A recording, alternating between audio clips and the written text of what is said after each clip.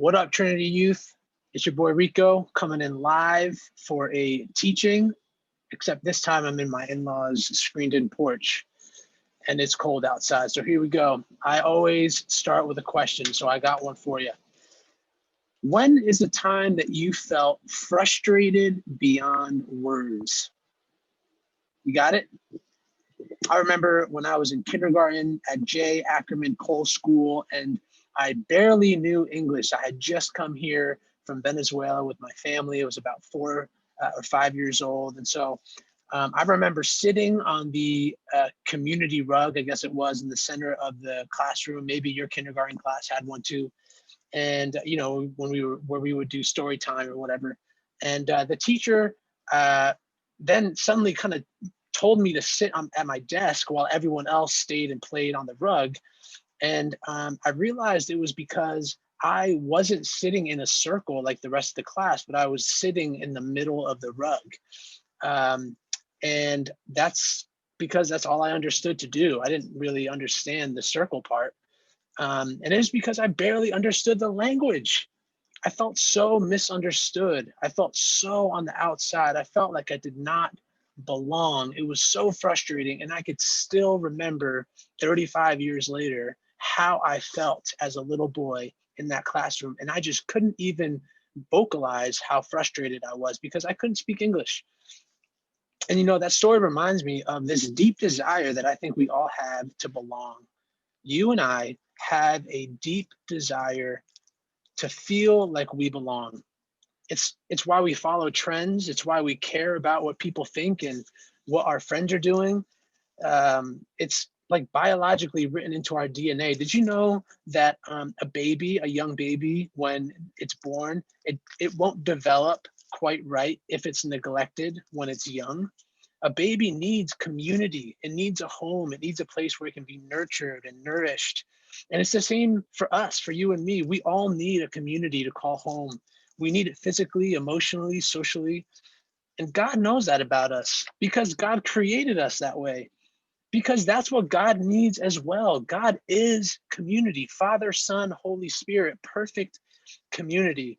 And that's why Jesus came. That's what we remember when we celebrate Christmas.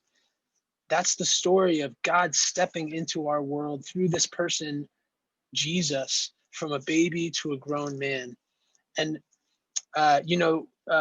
we've been looking at a series called A Christmas Story Through the Margins. And we've been highlighting certain aspects of the Christmas story that we celebrate every year, but maybe aspects that we don't always think about. And so today we're going to talk about the reality of the refugee and what it has to do with the Christmas story. And we're going to look at the passage from Matthew chapter 2, 13 and 23 to get a sense of how Jesus came as a refugee and what that means for you and me today. And so let me first define the word refugee. It might be a word that you've heard before, but this is what I mean by refugee. And this comes from the UN, the United Nations. And so a refugee is someone who has been forced to flee his or her country because of persecution, war, or violence. A refugee has a well-founded fear of persecution for reasons of race, religion, nationality, political opinion, or membership in a particular social group. That's a mouthful, but it's just good to know exactly what I mean by refugee. And here's some really tough statistics and facts from the United Nations Refugee Agency website about the worldwide refugee crisis that is happening right now, like today. Did you know that 79.5 million people are forcibly displaced as of 2019? And I thought it was actually really interesting. If you look at the gray number, 3.6 million of those people are Venezuelans. They're from my country. It's really tough to see these figures. 40% of these displaced persons are children. 80% of these displaced persons are from countries suffering acute food insecurity and malnutrition. Man, there's so much more to say and understand about the refugee crisis, but it's real. It's a real thing happening today, and it's a big, big deal. And Jesus knows this story. he identifies with these people because he himself experienced this as a baby and even into adulthood, his whole life. And so I want to talk a little bit more about his birth story. So as I read it, it's about 10 verses, but as I read it, I want you to think about what I've just shared about refugees, and I want you to see if you can identify the refugee reality in the Christmas story, at least this portion of it. Okay, so here we go. Matthew 2, verses 13 to 23. After the wise men were gone, an angel of the Lord appeared to Joseph in a dream. Get up, flee to Egypt with the child and his mother, the angel said. Stay there until I tell you to return, because Herod, the governor, the ruler of the time, is going to search for the child to kill him. That night, Joseph left for Egypt with the child and Mary, his mother, and they stayed there until Herod's death. Egypt was another country, and I don't know how long it took them to travel from Israel, where they were, down to Egypt, but it was far. It was a probably multiple week journey on foot. And so this fulfilled what the Lord had spoken through the prophet. I called my son out of Egypt. Herod, the ruler, was furious when he realized that the wise men had outwitted him. He sent soldiers to kill all the boys in and around Bethlehem. That's where Jesus and Joseph, his father, was from, actually. So in and around Bethlehem, it's a city in Israel, who were 2 years old and under, based on the wise men's report of the star's first appearance. Herod's brutal action fulfilled what God had spoken through the prophet Jeremiah. A cry was heard in Ramah, weeping in great mourning. Rachel weeps for her children, refusing to be comforted, for they are dead. And basically what happened there is that Herod heard of this king, it was Jesus, but heard of this king coming, was threatened, and decided, you know what, I'm just going to kill every boy 2 years and under, because that would basically cover the bases, and chances are that one of those boys will be Jesus. Horrible, horrible, but that was the reality of the story. And so I'm going to end the passage here. When Herod died, an angel of the Lord appeared in a dream to Joseph in Egypt. Get up, the angel said, take the child and his mother back to the land of Israel, because those who were trying to kill the child are dead. So Joseph got up and returned to the land of Israel with Jesus and his mother. But when he learned that the new ruler of Judea was Herod's son Archelaus, he was afraid to go there. Then, after being warned in a dream, he left for the region of Galilee. So the family went and lived in a town called Nazareth. This fulfilled what the prophets had said. He will be called a Nazarene. Whoa, mouthful, right? The gist of it is, did you catch flee? The idea of going here, then going there, persecution, someone trying to kill them. They didn't feel safe. They had to flee for their safety. They had to constantly be on the run. This is the story of Christmas. This is how Jesus was born, and he and his families were refugees. It's really interesting that, at the end it says he will be called the Nazarene. And that's important because they eventually do go back to their home country, Israel, but they can't return to their hometown, which is a big deal. Back then, you wanted to be in your hometown because that's where all your people were.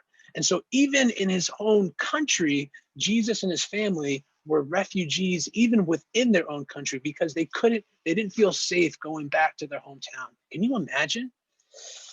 Oh, so what does this mean for us? What does it mean that Jesus came as a refugee, that this status marked the rest of his life? He was constantly on the move. He was rarely truly welcomed. His origins and identity were constantly questioned. He was often living in the shadows. It's no wonder that Jesus was always hanging out with the outcasts of society. It's because he was born as an outcast.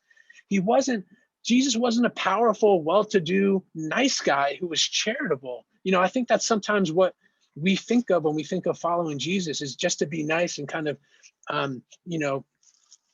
be charitable. And yeah, it means be nice and be charitable, but it's so much more than that. It means to really identify and see and learn about the experiences of those people on the margins, because that's how Jesus came into the world. This is the so what for today. Jesus lived as a refugee so that you and I, might live to help others belong. Remember how I talked about that desire of belonging, that we all have that desire to belong? Well, There's no one on earth who feels less like they belong than a refugee. They've been kicked out, forced out of their country. And so Jesus lived as a refugee so that you and I might help others feel like they belong. Basically, the opposite of a refugee is belonging. And so Jesus lived as a refugee so that we might live to help others belong. And here's my now what for today. How can you find part of your story in the story of another, especially someone different than you? And this is what I mean. The reality is that you and I feel most at home when we feel like our stories connect, right? If you feel misunderstood, it's really hard to feel at home, right? And so, how can you and I practice the habit of being curious about others, about learning other people's stories? How can we get good at sharing our own story and get comfortable with that? The more that you and I can share our story with others, the more that we can hear another story, the more that we can create this feeling of belonging and home for people. And so, how can you do that? How can you get to know someone so that you share your story with them? How can you get to know someone so that they feel comfortable sharing their story with you? What does this look like at home, at school, in your teams? It's so easy to for us to just kind of stay with the people that we know and stay with people who are like us and just kind of stay within our bubbles. Speaking of bubbles, COVID, right? I mean, it's so easy to just block out everybody else. But guys, that's not what Jesus is about. Jesus is about creating home and belonging. And so instead of writing someone off, how can you get to know them? When we know someone's story, the things that they do, which often drive us nuts, by the way, make complete sense. And we can put our swords down, right? Oftentimes we see people who are different than us. We don't really get them, and our swords go up. We feel defensive. Maybe we attack them in subtle ways and in explicit ways. But when we get to know someone's story, all that stuff that drives us nuts about them, that maybe confuses us, uh, that stuff starts to make sense. And so, how can we get to know people's story? Maybe you're used to feeling at home wherever you go. Maybe that's you. Maybe you have trouble connecting with the reality of a refugee. Well, maybe you can take that status of constantly feeling at home because you feel comfortable because you're in the majority. How can you help others feel welcome? Maybe you're hearing this and maybe you're used to feeling like an outsider wherever you go. That's true for a lot of people. How might the fact that Jesus was born and lived as an outsider give you hope in the middle of it all? Jesus is a refugee so that you and I could experience belonging and full welcome in the presence of God. And Jesus, he lived as a refugee so that you and I can extend belonging and welcome to everyone we encounter. So, guys, this Christmas season, let's remember that we are at home with God because of Jesus. And let's remember that to follow Jesus means that we can help others feel like they belong. That's powerful. That's community. And that's the abundant life. Amen.